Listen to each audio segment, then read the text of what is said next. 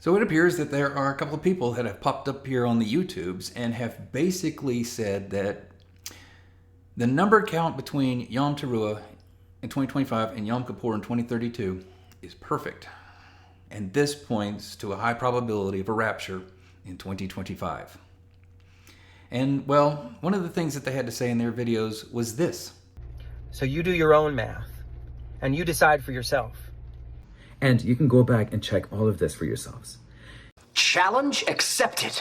So if you know me, you know where this is going. So I use ChatGPT because I'm not a brainiac. And I asked it to tell me exactly how many days from the start of the Feast of Trumpets 2025 on September 22nd to the Day of Atonement 2032, September 15th. And would you want to take a guess at how many days there were between those two festivals? In the 7-year period of time between the Feast of Trumpets 2025, starting on September 22nd, to the Day of Atonement, September 15th, 2032, there is exactly to the day 2,550 days.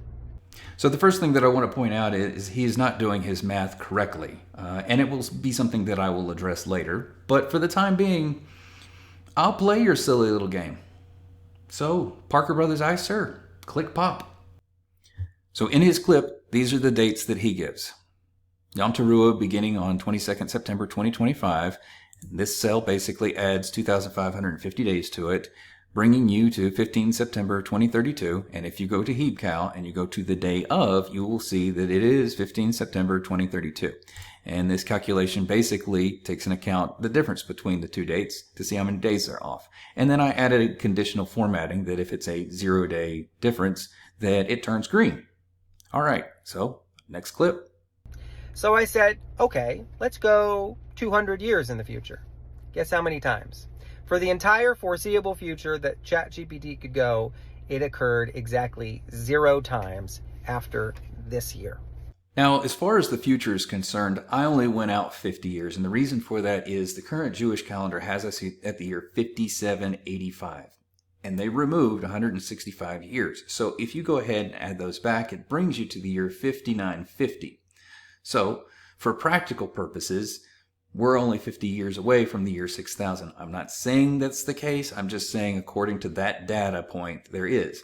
Now, his claim is in the foreseeable future, this pattern of 50 days between Yom Teruah and Yom Kippur does not exist. And well, if we just scroll down, we can come to 2052 to 2059, and we have the pattern. So I decided, let's look backwards. Let's go all the way back to 1800, all the way back to the records that it could find. 1800. How many times has that pattern occurred with exactly 2,550 days between the Feast of Trumpets and the Day of Atonement with a 7-year period in between? And it gave me exactly 6 times since the year 1800. And would you know that all 6 times happened after 1948 when Israel became a nation? There was not a single time before Israel became a nation in 1948. And there's not a single time that happens again after this year, 2025. Now that's a bold claim. He's saying 7 times, including this year, that we should see this pattern, and none before 1948. So let's count them, shall we? We have 1, 2, 3, 4, 5, 1948, 6, 7, 8, 9, 10, 11, 12, 13, and 1800. Guys, this pattern of days has not happened in recorded history since before 1948, and it won't happen again after 2025. And it happened exactly 6 times to match the exact 6,000-year history leading up to the return of Christ, when he will come and reign for 1,000 years to make the full 7,000-year timeline of mankind. So I want to explain why his math is actually wrong. And before I do that, I want to explain the reason that I am using this calendar is because it is the calendar that they are using. This is not the calendar that would have been in use when Yeshua walked this earth. This calendar came into existence a little over 300 years after Yeshua. It is the calendar that has been used for the diaspora.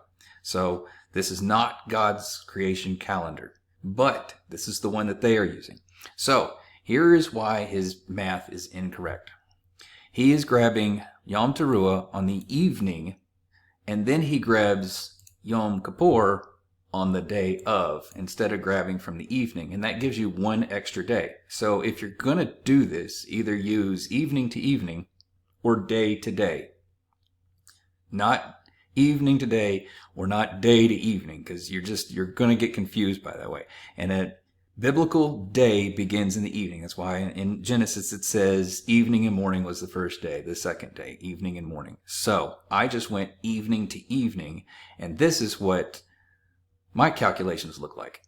So in this spreadsheet, I actually took the evening dates. So the evening of Yom Teruah on 22nd September 2025, I added the 2550 days. Then I added in the date for Yom Kippur, the evening of, and calculated how many days off that would be. And for this year, we are off by a day. It's not a perfect 2,550 days. You can also see that in the future, we actually have the same pattern emerging that they said doesn't exist. So 1, 2, 3, 4, 5 by the time we get to 2075. So with that knowledge, there are 2,550 days between the Feast of Trumpets of 2025 and the Day of Atonement in 2032. This matches the exact day count in the books of Revelation and Daniel of 1290 days and 1260 days. In other words, the entirety of the tribulation. Looking into the future, this calculation will never occur again to land on those exact feast dates. I mean, as far as we know and as far as our generation and lifetime goes. Now, I included that clip because she did like a 3-part series on why the rapture most likely will take place in 2025. And on one of the videos, I corrected her. She pointed out that Saturn worship was represented by the number 8. And I was like, really? That's not been my research. Saturn was represented by the number 6, as in it is the 6th planet from the sun, and is represented by the black cube, which has 6 sides. There's actually a storm on the top of Saturn in the shape of a hexagon, which a hexagon has 6 sides. Anyway, she accused me of being bitter and blocked me. I don't know if she accused me of being bitter because I corrected her or I pointed out that really 2 minutes into her video and it was like, I know there's a donate button somewhere around here. Ah, here it is. It's on their website. They don't like it when you point out that they are profiting from the gospel. When did Israel become a nation? 1948.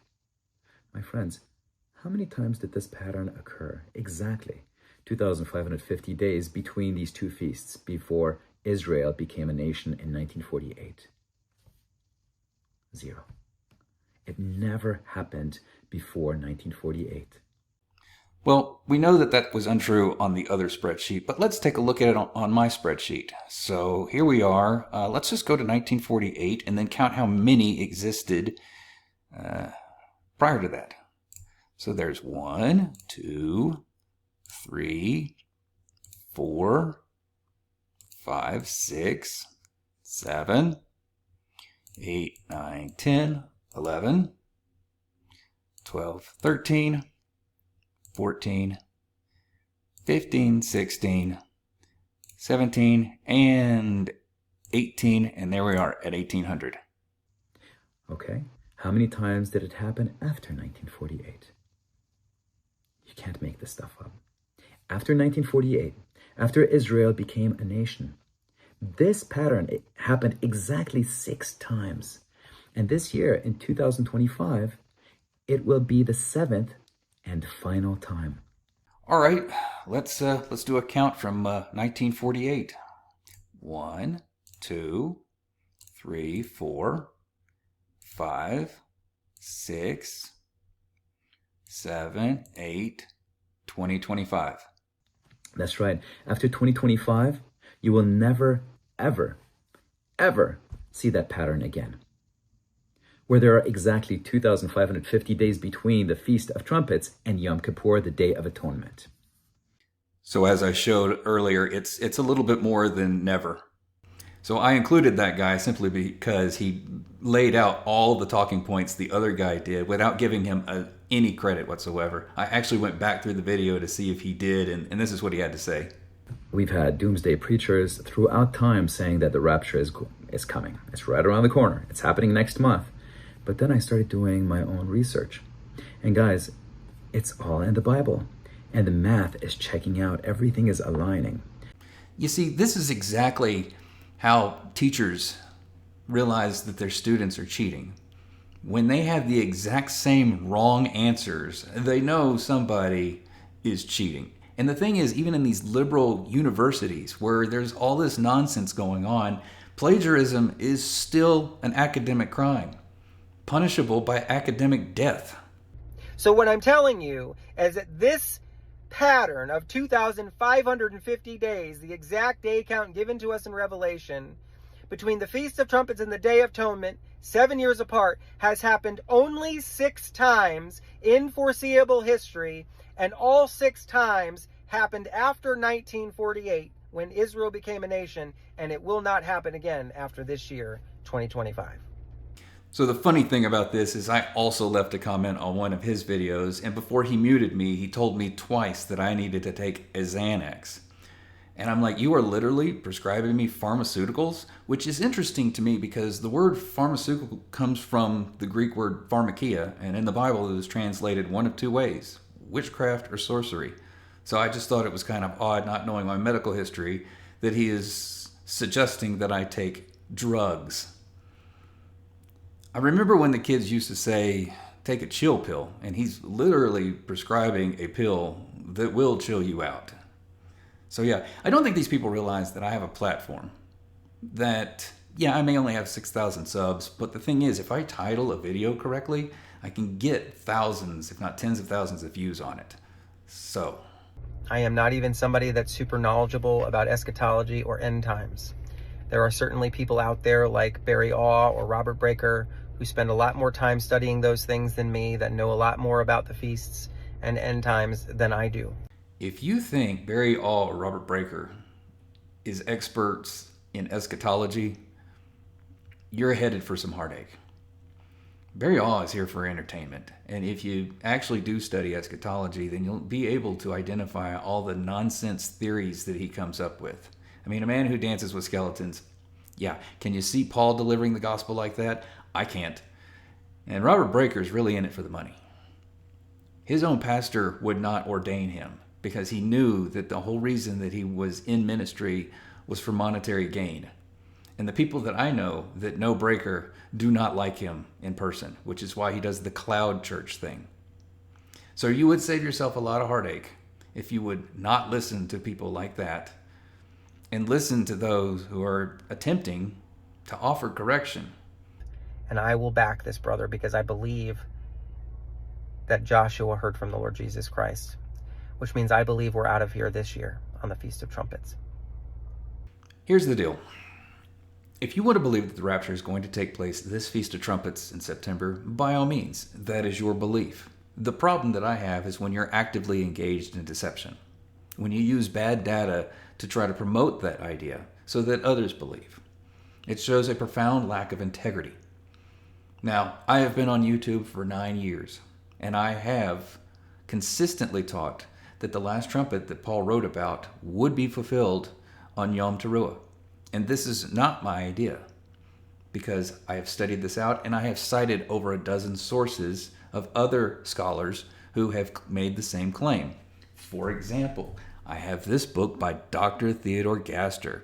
On page 113 in the chapter dealing with Rosh Hashanah, he mentions the last trumpet.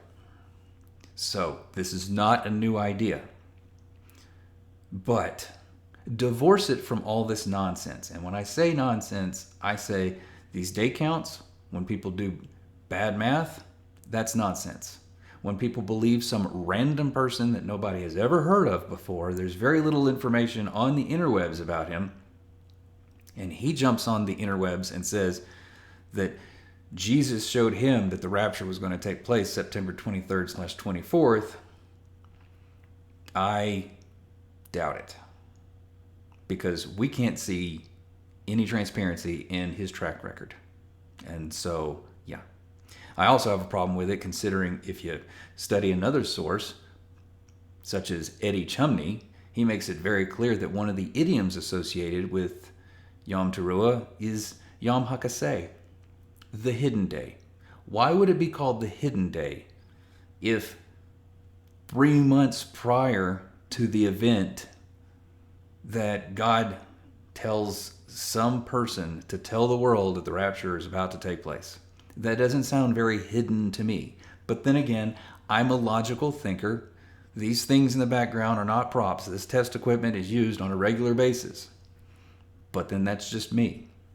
I'm not coming here with my emotions. I'm coming here looking at the facts. And if people want me to believe that these people are Christians, I'm going to struggle with that, because they don't seem to be living in the truth. That's just my opinion. Perhaps it's unpopular, but we're just going to go with it for now.